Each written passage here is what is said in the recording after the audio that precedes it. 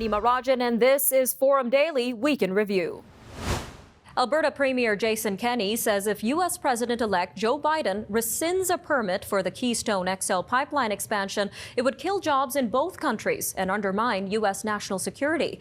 Mr. Biden's plan to kill the long-delayed project is outlined in transition documents seen by the Canadian press. Mr. Kenney says Alberta will work with TC Energy, the pipeline's owner, to use all legal avenues available to protect its interest in the project.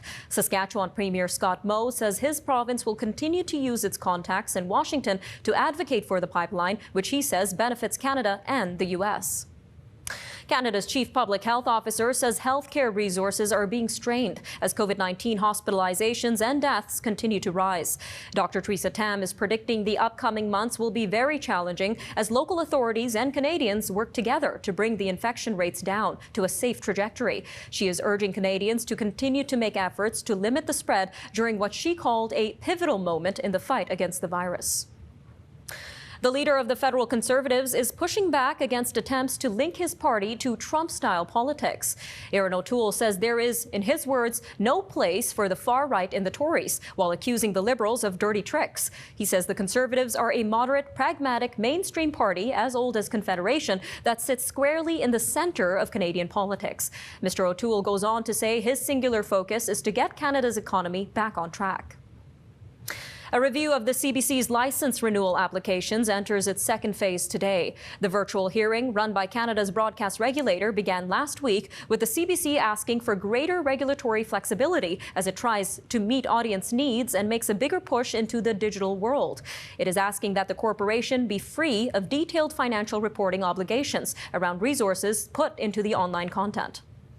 A new video by Historica Canada shines a light on a largely forgotten chapter of Canada's military history during Operation Desert Storm 30 years ago.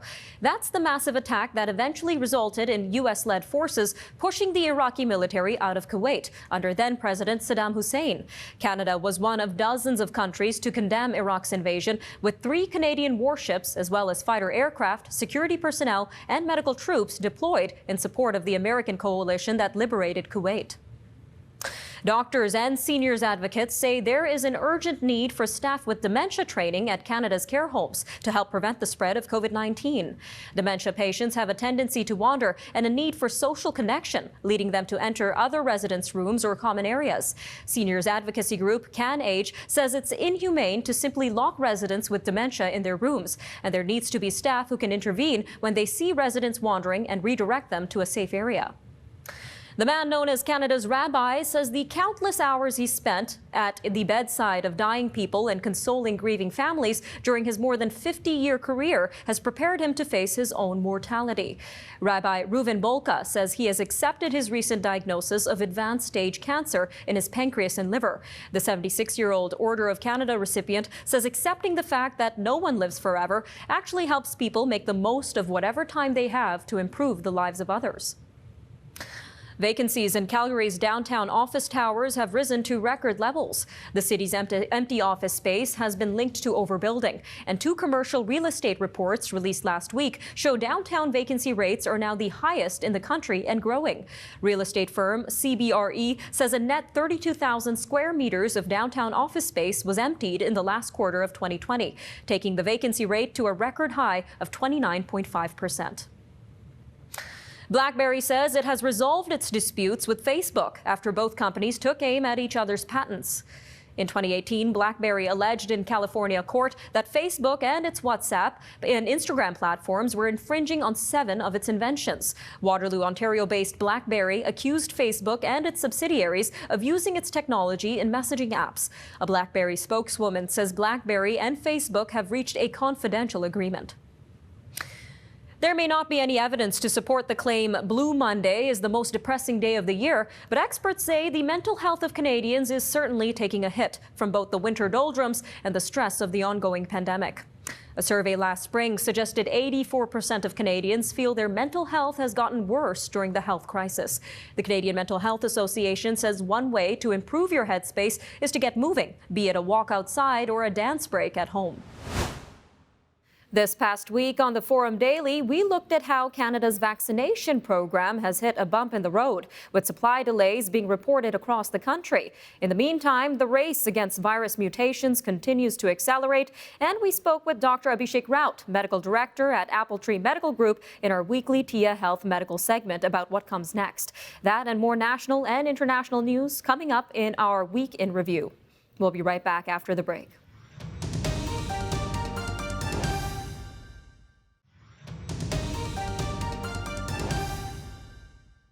Canada's vaccination program seems to have hit a bump in the road, with Pfizer-BioNTech announcing that there is a temporary reduction in vaccine deliveries after it decided to scale up its European vaccine production capabilities. Nevertheless, Procurement Minister Anita Anand says this won't impact Canada's long-term vaccination timeline. This comes as the coronavirus itself is starting to become more genetically diverse. After new, more contagious strains popped up in the UK and South Africa, other countries are starting to see even more variants emerge. According to health officials, the high rate of COVID-19 infections are to blame for the new variants of this virus. This as the U.S. Centers for Disease Control and Prevention claims a new version of the virus variant that was first found in the UK could become widespread and dominate the country by March. Well, to talk more on these recent developments in our TIA Health Medical segment, we are joined by Dr. Abhishek Raut, Medical Director at Appletree Medical Group. Doctor, welcome back to the show. Thanks so much for having me. So what do we know so far about this new version of the UK virus that's found in the U.S.? I think we're starting to learn a lot about this B117 variant. It does not cause more severe illness in infected people, but it will definitely lead to more hospitalizations and deaths. And the reason for that is it's because it spreads a lot faster than all of the other SARS-CoV variants we've known about today. And the B117 at this point is already in 50 countries. And why does the CDC claim that this particular version can dominate the country by March? So the CDC ran an experimental model on this to see what would happen in the coming days and months. The models have to use some assumptions when they do that. And the big assumption with B117, which unfortunately might be true, is that it's 50% more infectious. So putting that in the equation, this variant starts off with just a few cases and rapidly grows in the population and becomes, unfortunately, the dominant variant by March. Now, considering that the U.S. is our neighbor, how likely is Canada to see this new variant of the virus, taking into account border closures? That's true. It's a very good question. We historically as well and culturally do have a significant relationship with the United States. With border closures, things are a bit different, but keep in mind we also have a similar relationship with the UK. And already since January 12th, we've had some cases in Canada as well. So border closures will help to a certain extent, but unfortunately, I suspect we will still see a large increase of B117 regardless of travel. So what would you say is the best way to prevent more mutant COVID-19 strains from emerging, Doctor? So mutant strains would occur typically in the environment, and they occur when there's a lot of virus circulating, which means the more people who are infected, the more chances for mutation. So the best thing we can do is to reduce those number of cases, and the best tools we have so far are social distancing, masks, washing hands, and of course, vaccination. All right, Doctor, now we have the Moderna vaccine and the Pfizer-BioNTech in Canada. What do we know so far about how current vaccines work against these new strains? We are extremely lucky so far. The new mutant strains are still susceptible to our vaccines. Keywords here being extremely lucky, because the new mutations could undermine these tests, and they could also undermine the effectiveness of antibody drugs in the future as well. So is there the possibility that this virus may mutate to a point that it's immune to our vaccinations? Unfortunately, that is correct. If we wait too long to vaccinate and bring down the total viral load of the entire population, we are just giving chances for the virus to spread, mutate, and in the next strains or variants, we may not be as lucky. So it seems that we're in a sort of race against the virus's mutations and vaccinations across the country. So could this current vaccine delay have any serious impact on our efforts to vaccinate as many Canadians as possible? Well, certainly no delay is ideal. We are lucky that we do have multiple vaccine companies here, but I do hope the federal government can move very quickly to ensure that this delay does not become a problem for Canadians. Now, at the same time, we do have Canadians who are not comfortable taking this vaccine. But how many people or how much % of the population do we need vaccinated in order to keep everyone safe, Doctor? We've got about a minute left. Okay, well, it's a very good question because initially we did think that it was about 60 to 70% that the population needed to have resistance to the coronavirus to banish it. When we look at the newer studies, especially with Dr. Fauci, we are seeing that that number is going from 60 to 70, 70 to 80, 80 to 90. So the concern now is we're closer to 90 in order to actually banish coronavirus. So bottom line of all of this, for all of this to work, we need to have everyone vaccinated as soon as possible. All right, Dr. Rout, thank you again for your time today on the show. Thanks so much. Coming up next, more Canadian news from this past week. In BC, Vancouver peer support workers found out that they would get unionized. Meanwhile, a bail hearing was held in Calgary for the hit-and-run death of a constable on New Year's Eve. And an Alberta man was sentenced to 18 years in prison for child pornography charges. More on those stories and more from this past week when we return after the break. Stay tuned.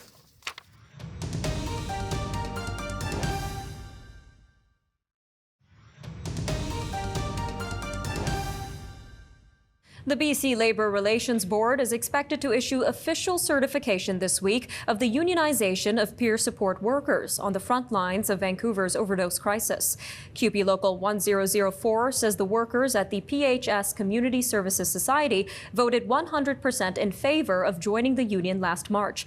Local President Andrew Ledger says certification has been delayed by the pandemic, as well as a challenge filed by the employer. He says it will provide about 40 peer employees with access to benefits and job protection enjoyed by their co-workers.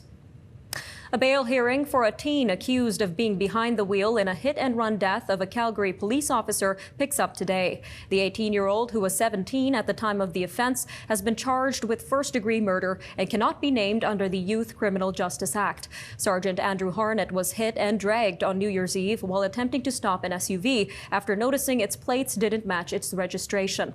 Mr. Harnett died later in hospital. A Central Alberta man has been sentenced to 18 years in prison following what is being called one of the largest child pornography busts in the province. He pleaded guilty in October 2019 to 26 charges, while more than 50 counts were dropped. Members of Alberta's Internet Child Exploitation Unit seized more than 180,000 images of child pornography from the man's digital devices and more than 27,000 videos. During sentencing, Provincial Court Judge Jim Hunter called the 36-year-old man's actions deplorable. The truck driver in the deadly Humboldt Broncos crash has submitted paperwork to a federal agency outlining why he should not be deported back to India. Jaskrat Singh Sidhu is serving 8 years after pleading guilty to causing death and bodily harm in the April 2018 collision at a rural Saskatchewan intersection. 16 people died and 13 were injured in the crash. The father of one of the crash victims says he knows it's a divisive issue, but he has submitted a letter in support of Mr. Sidhu, who is a permanent resident in Canada. Manitoba may allow non-essential stores to reopen with capacity limits and ease a ban on social visits as early as the end of the week. The actions and hard work and sacrifices of Manitoba and Manitobans has continued to make a difference. Overall, our numbers are headed in a good direction, and this means we can start looking at what reopening might look like. The province has released a range of what are described as modest changes that it is considering for regions except for the north, where COVID-19 cases remain high. Chief Provincial Health Officer Dr. Brent Rusin says Manitoba can start looking at what a reopening might look like because COVID-19 numbers are heading in the right direction. An Ontario Labour leader is calling on the province to crack down on, quote, vaccine queue jumpers. Warren Thomas, the president of the Ontario Public Services Employees Union, made a statement amid reports that relatives of an Ontario hospital manager received doses. Mr. Thomas says the vaccine rollout depends on trust, and vulnerable lives are put in jeopardy when people jump the line. A clinic in Toronto has been ordered to stop administering COVID-19 vaccinations 2 days after it opened. City officials say the vaccine supply shortage announced by the federal government yesterday is behind the move. The clinic at the Metro Toronto Convention Centre opened Monday with a goal of vaccinating 250 people per day, dependent on supply. Online retail giant Amazon has announced a big expansion in Quebec. It says it plans to add 2 sorting centers and its first 3 delivery stations in the province. Amazon says the expansion will speed up customer deliveries and create more than 1,000 jobs. Amazon's first sorting center in Quebec opened last year, creating 500 jobs. Lauren Grabher's legal battle to use a license plate bearing his last name is before the Nova Scotia Court of Appeal today. Mr. Grabher had the plate for nearly 30 years, but it was revoked by the Registrar of Motor Vehicles in 2016 after someone complained that it promoted hatred toward women. Mr. Grabher maintains the province infringed on his freedom of expression, but a lower court ruled last January that constitutionally protected freedom does not extend to government-owned license plates. NDP leader Alison Coffin heads to Labrador today, where an interesting race could play out in the Lake Melville district. Former Liberal cabinet member Perry Trimper is the incumbent, but he left the party to run as an independent after the Innu Nation called for his removal. Mr. Trimper commented to the CBC in October that homeless people in Happy Valley Goose Bay choose their lifestyle. The Innu Nation said he doesn't understand systemic racism. Amy Norman, an Inuk woman who has been active in the fight against the Muskrat Falls hydroelectric project, is running against Mr. Trimper for the NDP in the February 13th vote. After the break, we take you around the world to look at more news from this past week, starting with an update on President Biden's first day in office. Also, a fire broke out at an Indian vaccine manufacturing facility, and one of the 22 Chinese miners trapped in a gold mine has died. More international stories from this week coming up after the break, so stay right with us. We'll be right back.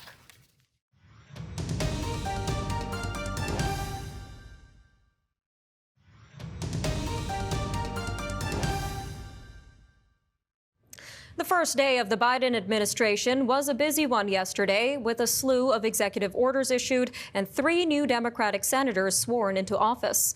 The Senate is now split 50-50, with Vice President Kamala Harris as a potential tie-breaking vote.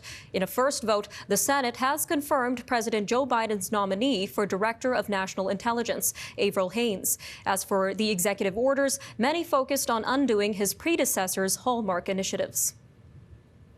Well, meanwhile, Dr. Anthony Fauci says U.S. President Joe Biden will order the United States to support projects to deploy COVID-19 vaccines, diagnostics, and therapeutics to people in need around the world. Dr. Fauci, President Biden's top medical advisor on the pandemic, told the WHO's executive board that the president will issue a directive showing the United States' intent to join the COVAX facility. The project deploys COVID-19 vaccines to people in need around the world, whether in rich or poor countries. Officials say a fire has broken out at a building under construction at the Serum Institute of India, the world's largest vaccine manufacturer, but did not immediately affect a stockpile of COVID-19 vaccine. Images showed huge clouds of smoke billowing from buildings as firefighters worked to extinguish the blaze in Pune City, in India's southern Maharashtra state. AstraZeneca has contracted with the Serum Institute of India to make 1 billion doses of its COVID-19 vaccine for developing nations, including India. Rescue officials in China say it will likely take at least 15 more days to reach miners who have been trapped deep underground for 11 days. Rescuers say the shaft of the gold mine is blocked by more than 63 tons of debris. One worker has already died from his injuries, while contact with another 11 has been established. The fate of 10 other miners is unknown. It is believed that the accident was caused by an explosion. Officials in Iraq say twin suicide bombings ripped through a busy market in the country's capital, killing at least 28 people and wounding more than 70 others. Blood smeared the floors of the busy market amid piles of clothes as survivors took stock of the disarray after the explosions. The rare suicide bombing attack hit amid heightened political tensions over planned early elections and a severe economic crisis. The UN Special Envoy for Syria says the next round of talks toward revising the war-battered country's constitution will start in Geneva on January 25th. Jair Peterson told the UN Security Council on Wednesday that he views the meetings of delegations from Syria's government, opposition, and civil society as very important. He said many subjects have been discussed for more than a year, and it is now time for the Constitutional Committee to ensure that the meetings are better organized and more focused. Taiwanese troops using tanks, mortars, and small arms staged a drill earlier this week aimed at repelling an attack from China, which has increased its threats to reclaim the island. Major General Chen Chong-ji said the exercise was intended as a show of Taiwan's determination to maintain peace between the sides through a show of force. The drills are also meant to reassure the public that the military is maintaining its guard ahead of next month's Lunar New Year festival. Europe's central bank is staring down more economic gloom. COVID-19 cases and deaths continue to rise, while new lockdowns mean that 341 million people in the Eurozone face a deepening recession in the coming weeks. With more than €1 trillion in stimulus still in the pipeline, the European Central Bank isn't likely to add more. Top officials are meeting today to decide monetary policy for the 19 countries that use the euro as their currency. Well, there was a limousine and there was a hair and wardrobe team ready. The only thing missing for Tiger King Joe Exotic was a presidential pardon. The zookeeper turned reality TV star had been pushing to get one of nearly 150 pardons handed out by former President Donald Trump in the final hours of his term. But Joe Exotic's name wasn't on the list, leaving him on the inside looking out. He is serving a 22-year prison sentence in Texas for violating federal wildlife laws and for his role in a failed murder-for-hire plot. Former NASA astronaut Jose Hernandez is sharing his story to inspire others to follow their dreams. At 10 years old, Mr. Hernandez told his dad that he wanted to be an astronaut. Mr. Hernandez ended up earning a master's degree in electrical and computer engineering, but was rejected multiple times by NASA. Well, nevertheless, he never gave up and finally got selected on his 12th try, blasting off with the crew of the Space Shuttle Discovery in 2009. Now he runs his own foundation, Reaching for the Stars, through which he hopes to teach kids how to realize their own dreams. Jose Hernandez's life and journey into space is now being produced into a Netflix film.